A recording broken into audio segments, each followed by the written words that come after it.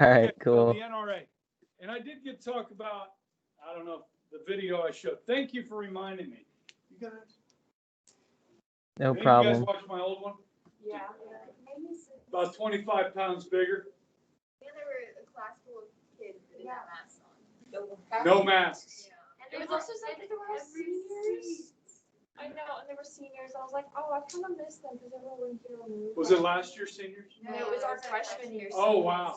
So it was kind of like, oh, I haven't seen them in so long. I know. You go back and watch some of those sometime. How did you record that year? Usually during March for Life. Or if I'm going to be gone or something. Or I have a bunch of students missing. You said in the video it was because of Adler or something like that, or someone. You Yeah, said a name. If you said a name, then that's why you were recording it. For a person? Yeah. Okay. That's how nice I am. Yeah. I'm glad I did because I was like, oh, man. Okay, so the NRA, and I've got 5 people in here right now. Thank you for coming in. So at least you guys saw this. Going to send home an article with you tomorrow, okay, for the weekend. But yeah, this did change the face of business, okay?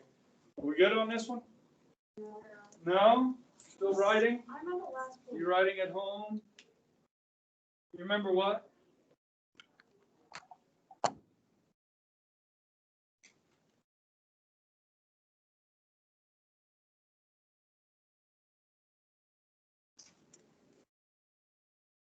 Uh-oh. Is this 5th hour? Yes. Sword just sent me a text. Hey, guys. What's going on? Oh my gosh.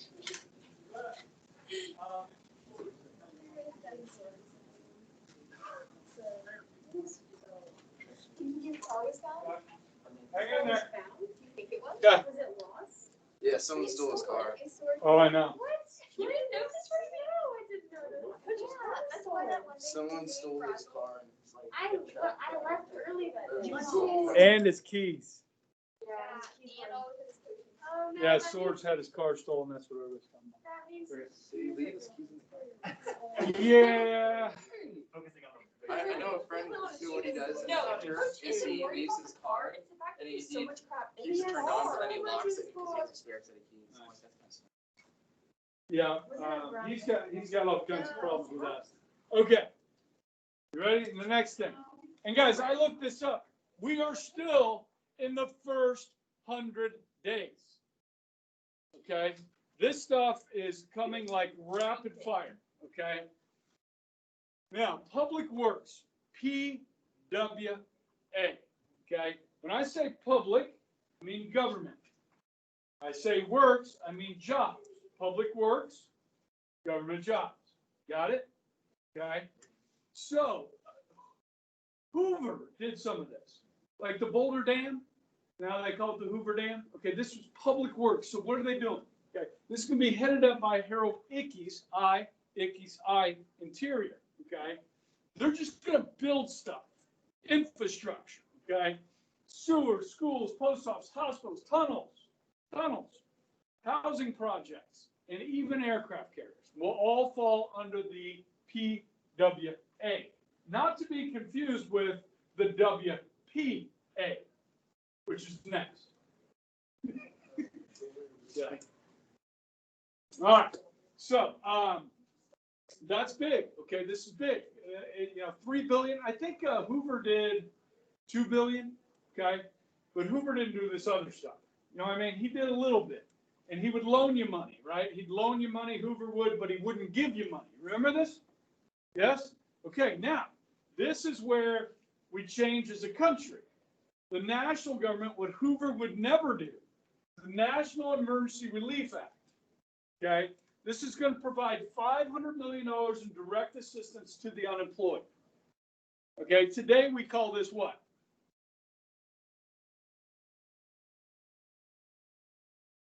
Unemployment's not really welfare. Because when you guys pay your Social Security taxes, part of that money goes towards unemployment insurance, your payroll taxes, okay? And then your employer pays that too.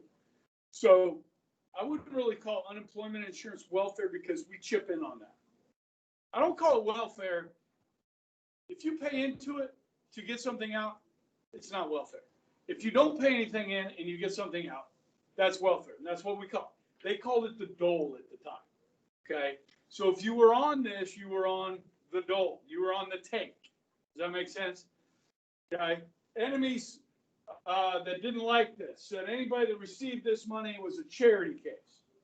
And I don't know if that's a term you guys use anymore. I know when I was a kid growing up, we might call somebody a charity case. They need help, he's a charity case. It's kind of mean. But we were kids, we were mean.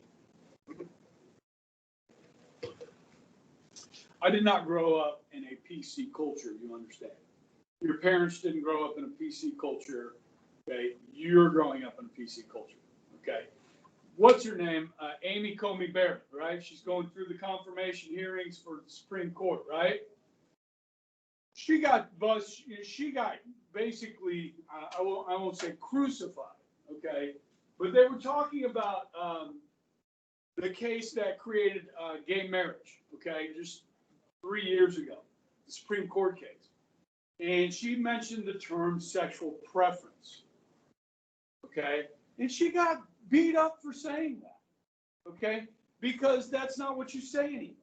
Now, for many years, that's what a lot of homosexuals had you say was, that's my sexual preference, but now it's not okay to say that anymore.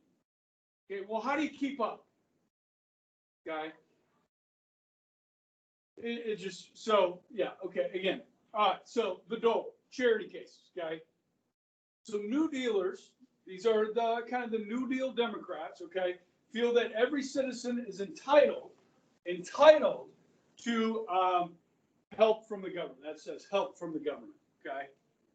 And in charge of this will be Harry Hopkins. And I've mentioned Harry Hopkins once before, and he's a very close advisor to the president. He's a social worker, okay? He's going to head this up. Now, this part right down here is just a little infograph. You don't have to write all that down, okay? But this is changing attitudes, okay? So, like, people feel that they are entitled, like it's a right. It's something that should be given, okay? Now, for people that believe in a strict interpretation of this thing called the U.S. Constitution, nowhere in here does it really say anything about government providing for people that, that are poor. It doesn't say anything about that. Is that the role of the national government? And that's where Hoover said, no, it's not. And now the New Dealers and Roosevelt are saying, yes, it is. Okay. There is that one little part in the preamble to the Constitution talks about the general welfare. Okay. Boy, has that been used. All right.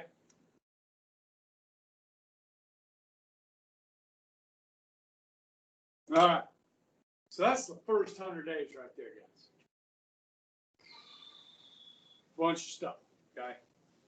So again, government's going to go from really, it ran post offices, it ran the U.S. military, the Navy, right? And it really didn't do much else. So the country's changing right here, okay? It is a crisis. Okay, we have an economic crisis like hadn't been seen since the late 1800s. Okay, and government is going to step in here. Again, this goes along with some of those homework questions I asked you about, things like Keynesian economics, and Roosevelt having trouble with with the Supreme Court. Okay, striking down a lot of this stuff. Okay.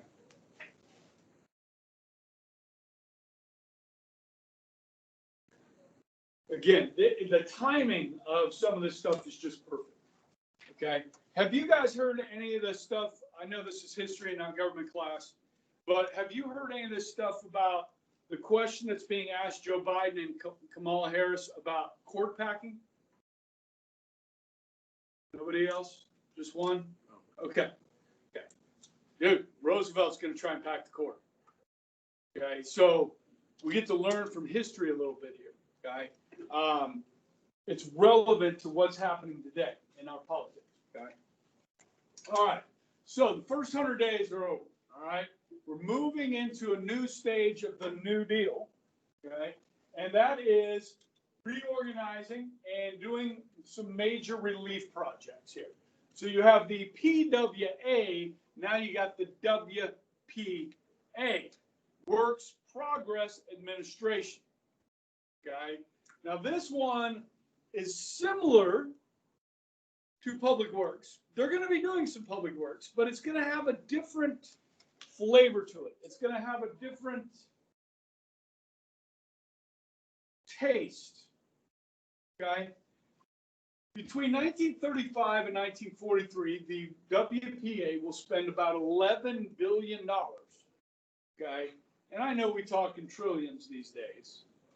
Okay? It's crazy that we talk in trillions, but we do talk in trillions. That's how big government has gotten. This is a lot of money in 1935. Okay, it's a whole lot of money. All right, it's going to employ 8.5 million people.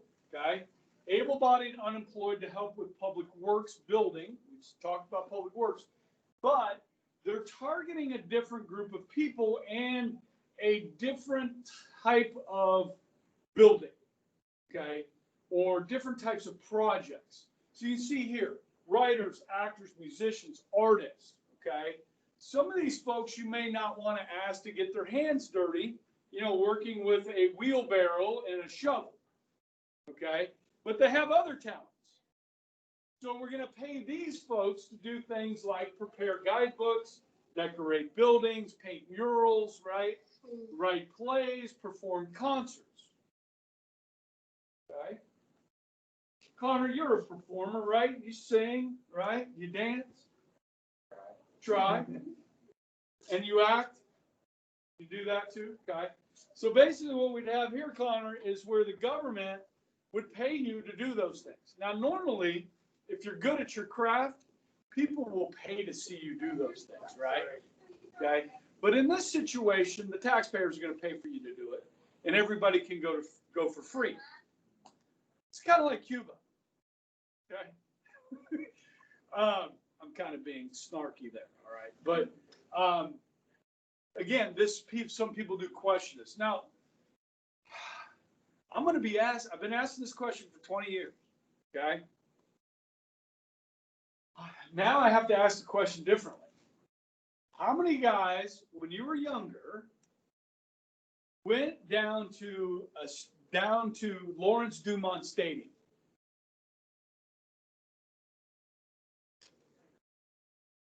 Lawrence Dumont Stadium? Have we already forgotten what it is? I have. The old baseball stadium. Like the NBC and the Wranglers and then the Wingnuts. Oh, You've been to Wingnut? Okay. You know what I'm talking about, right? now. That was built in the 1930s by the Works Progress Administration.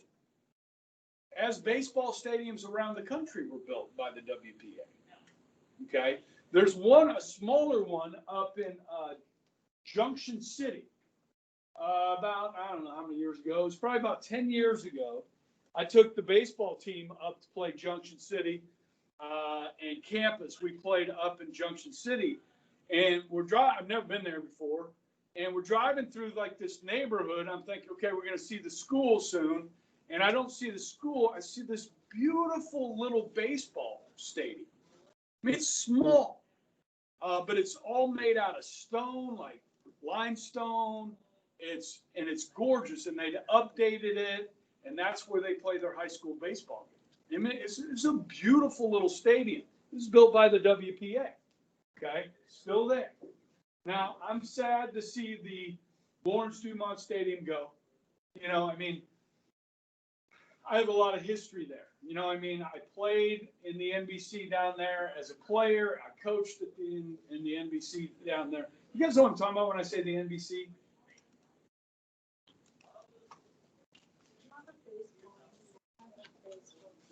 The NBC World Series has been held in Wichita, Kansas. Oh, man, my poster fall down. Here we go.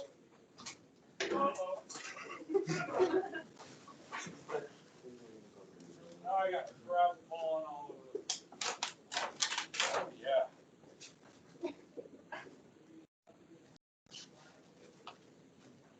Over here. See, I'm teaching some baseball history today, okay? This is the 72nd. Does it have a date? This is about 7 years ago, okay? And I don't know which team signed this for me.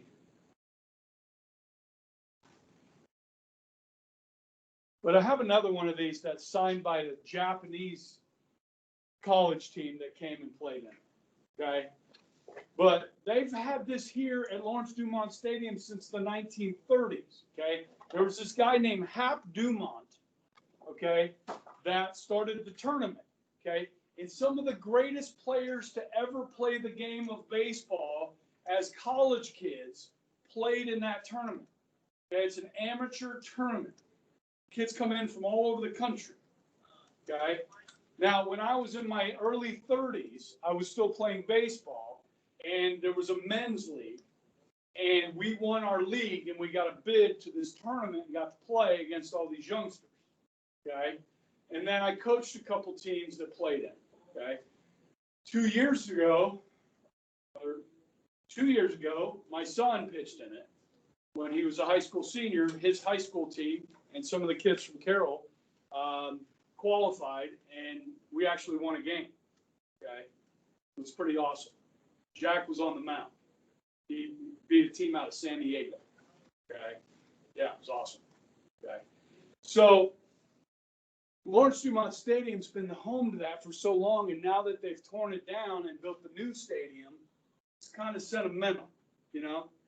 And, yeah, they did updates to it over the year. Have any of you guys been in the new stadium downtown?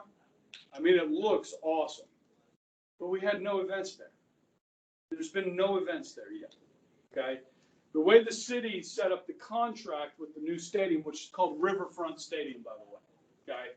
Not Lawrence Dumont, Riverfront. They said once they hold an event there, they have to hold a certain number of events over the next 365 days. And also the city isn't paying for it right now. Right. They don't have, until there's an event, the city doesn't have to pay for it. That's right. Which is why they're holding off. That's why they're holding off.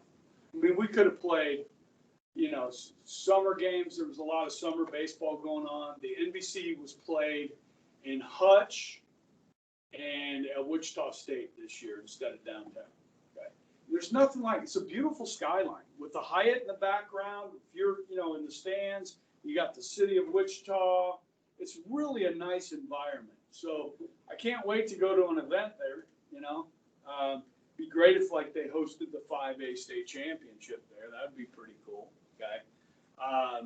Oh, sorry, I got off track there a little bit. Okay. So baseball history. Okay. Have you ever heard of a guy named Satchel Paige? One of the greatest Negro League pitchers, and I say Negro League, maybe one of the greatest pitchers of all time. Came to Wichita in the 1930s and pitched in the NBC World Series. I mean, there are dozens of Hall of Famers from Major League Baseball that played in this tournament, okay? Maybe my son will be one day. We'll see. All right.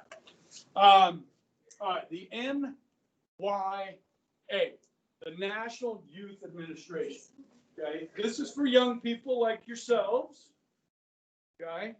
And so here you can see this guy, this gentleman. On the left, he's able to attend Boise Junior College by teaching a class on the art of self-defense at the local YMCA. Okay? Dig the boxers. That's where that comes from, boxer shorts, right? Okay? All right. Okay, this is another good political cartoon. Okay, you've got Congress here. You got work relief. Here's Harry Hopkins.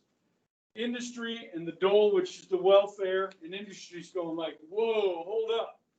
And Hopkins says, well, we need work relief. And then Congress comes and says, step aside, boys, we'll handle this as the national budget sails away. How are you going to pay for all of this? Okay. This is a picture of some workers, you know, doing some construction work with the WPA or the PWA. Okay. And here's some other things. This is the Yorktown, okay, that was built by the PWA, okay. And then Milwaukee County Courthouse, which is still standing today, it's a massive building, okay, was built as well by the WPA, okay. All right, time we get out of here. 35, okay. Now, here's where we get a little bit of politics in this, okay? Roosevelt's going to get hammered from the left and the right, okay? And there's going to be a video I showed you, or I sent you a video last time called The Century. I don't know if you watched that. It's on YouTube. I will send you a link to that next week, and they do talk about a lot of this, okay? What is this?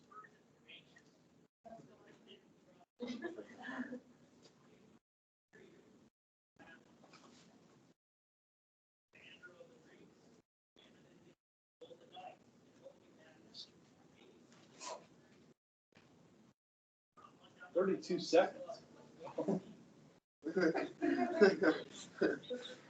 Oh, I have an idea what this is. Okay.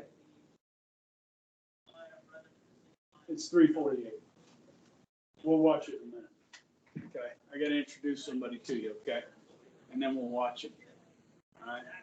All right. So Roosevelt is going to get hit hard from the left, okay? That means from Democrats further to the left of him, and from the right, which is expected, right, from conservatives, Republicans that are like, I don't like this. This is doing too much, okay? So right-wing Republicans and some Democrats thought the New Deal was socialism. Was it?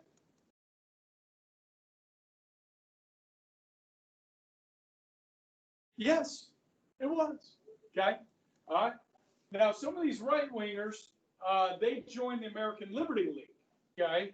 And their goal was to combat radicalism, like socialism, okay? Now, you guys know we already had a Red Scare, right, in the early 20s, okay? So people are a little weary of some of this. Preserve property rights, which obviously communism, Marxism doesn't really protect property rights. Uphold the Constitution, the rule of law, okay? And so now, this group was very vocal against many of the New Deal programs. Now, the thing is, it itself had some radical elements as well.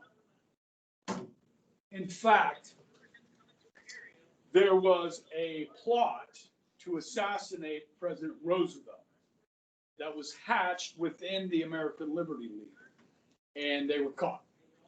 Okay, a little radicalism of their own going on there. Okay, this isn't just some benign organization. Okay, all right. Then from the left, which is interesting, you're going to get attacks against Roosevelt, usually for not doing enough. Okay, they wanted Roosevelt to go farther. Okay, so let's talk about these three men. They're in the video that I'm going to send you. I'll send you next week. Okay, I don't want to give you too much to do over the weekend. Just reading the article be good enough, and then we can watch the video later. Okay, maybe as you get closer to the test, it's kind of a review or something. Okay, Huey Long. Any guys ever heard of Huey Long? This guy is a wonderful gem to study in American history. If you need a book to read, you want entertainment, read about Huey Long, okay? This man, and that's who the video I have is about, okay? He had a Share the Wealth program. He's the governor of Louisiana. Any guys ever been in Louisiana? Been to New Orleans? Not New Orleans? Baton Rouge? Right outside New Orleans, but we went around it. Okay. Where every man would be a king. Every man would have a house. Every man would have a car. Every man would have a radio. Every man going to be a king. And we're just going to get this money. You're going to take it. He's going to give it. You know what I mean? Every man going to be a king. And some people like that. They said, yeah, I want to be a king. All right. called him the Kingfish, Kingmaker, Huey Long. Now, guys, you go down to Louisiana today, you'll see bridges named after this guy. You'll see all kinds of stuff named after Huey Long. I was in Del City, Oklahoma for a baseball tournament a couple of years ago, and they had a youth center named after Huey Long. Okay, he's a really interesting guy. Okay, Father Coughlin. Okay, this priest was known as the radio priest.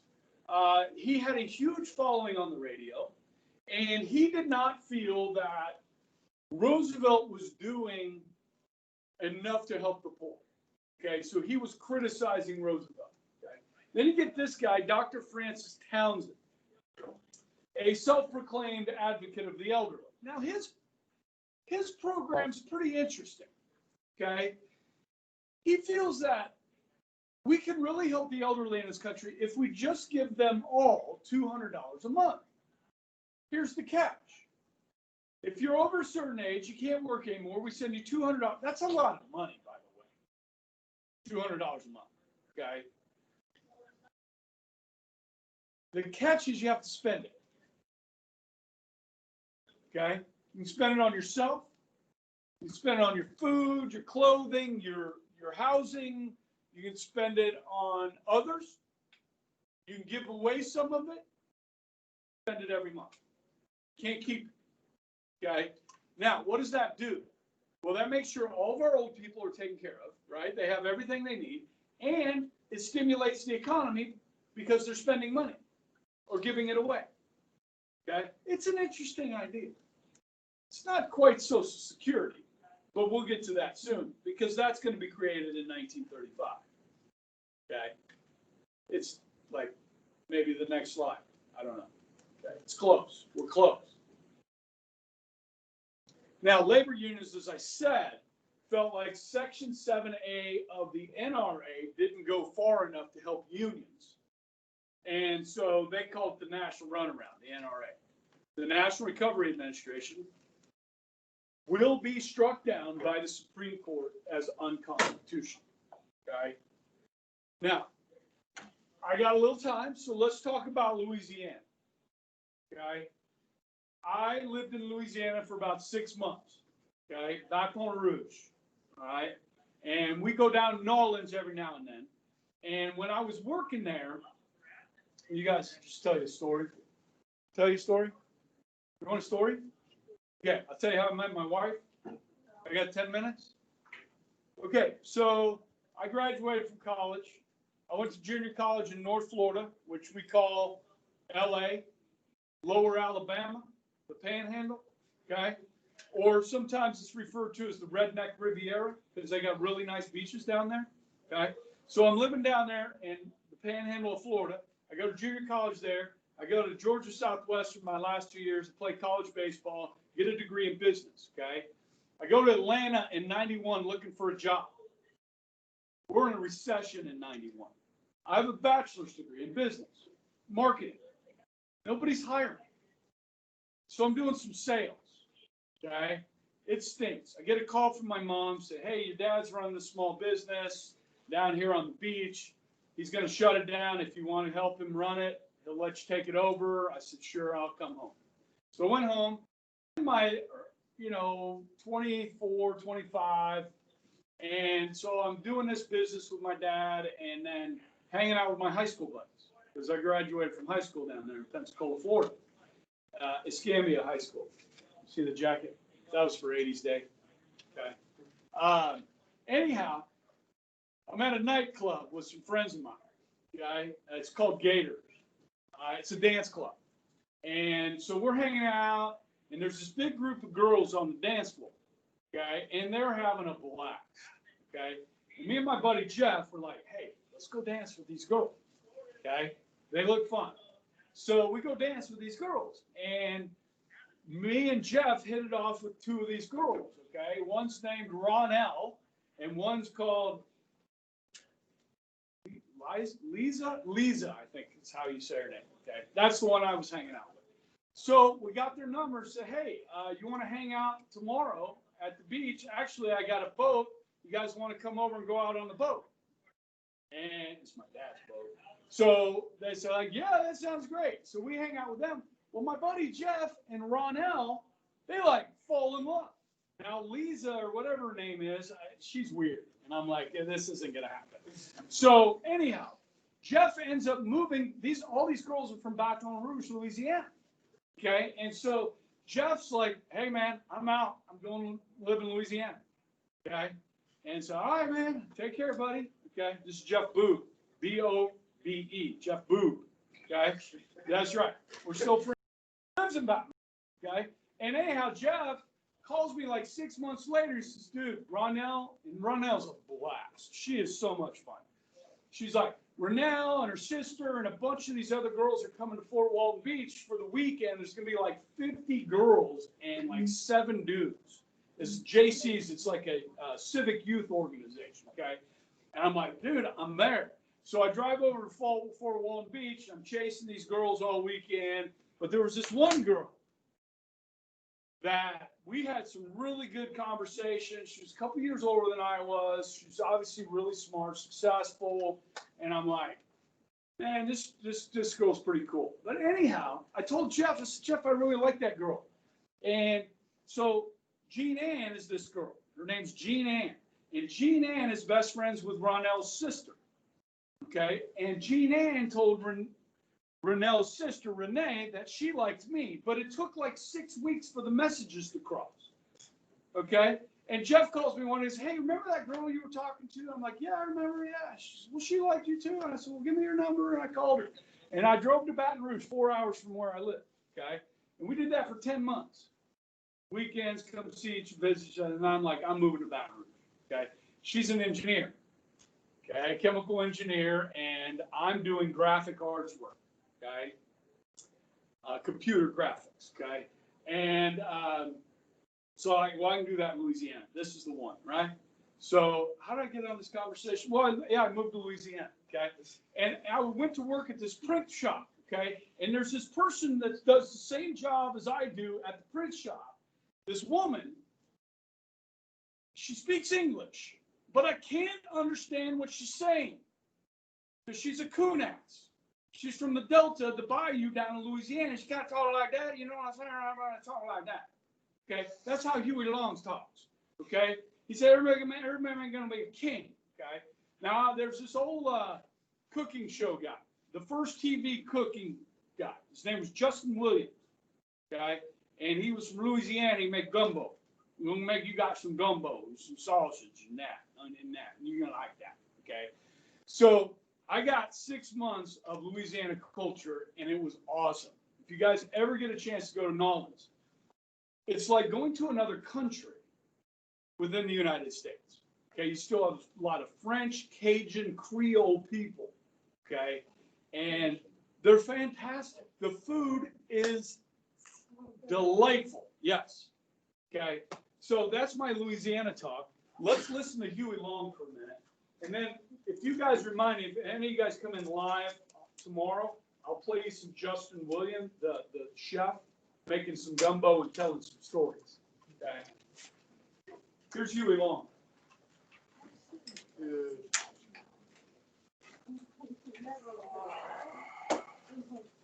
Oh, we got to have volume.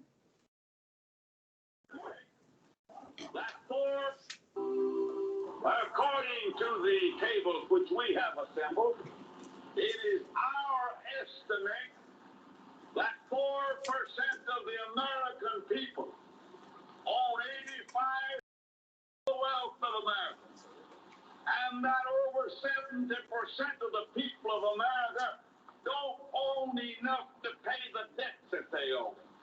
How many men ever went to a barbecue and would let one man take off the table what's intended for 9/10 of the people to eat? The only way you'll ever be able to feed the balance of the people is to make that man come back and bring back some of that grub he ain't got no business with. Just saying. He's not saying that grub.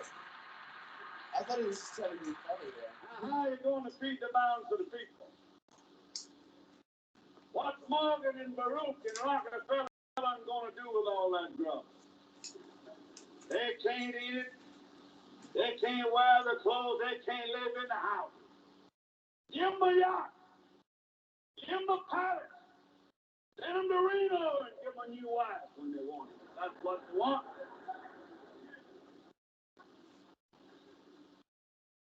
But when they've got everything on the God's living earth that they can eat and they can wear and they can live in, and all that their children can live in and wear and eat and all their children can use, then we got to call Mr. Morgan and Mr. Mellon and Mr. Rockefeller back and say, come back here. Well, come back on this table here that you took away from here, that you don't need. Leave something else for the American people to consume. And that's the program. We're not going to destroy the Gulf Refining Company. We're not going to destroy the Standard Oil Company. But we're going to say that the limit of any one man's stock ownership in the Standard Oil Company is from $3 to $5 million to that individual, and that the balance of the people of America own the balance of what the Standard Oil Company is worth. All right.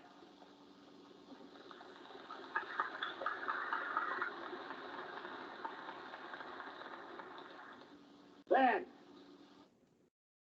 Roosevelt called him the most dangerous man in America in 19. He was running for president of the United States. And if you go to the Capitol in Baton Rouge today, you can still see the bullet holes from the bullets that missed Huey Long.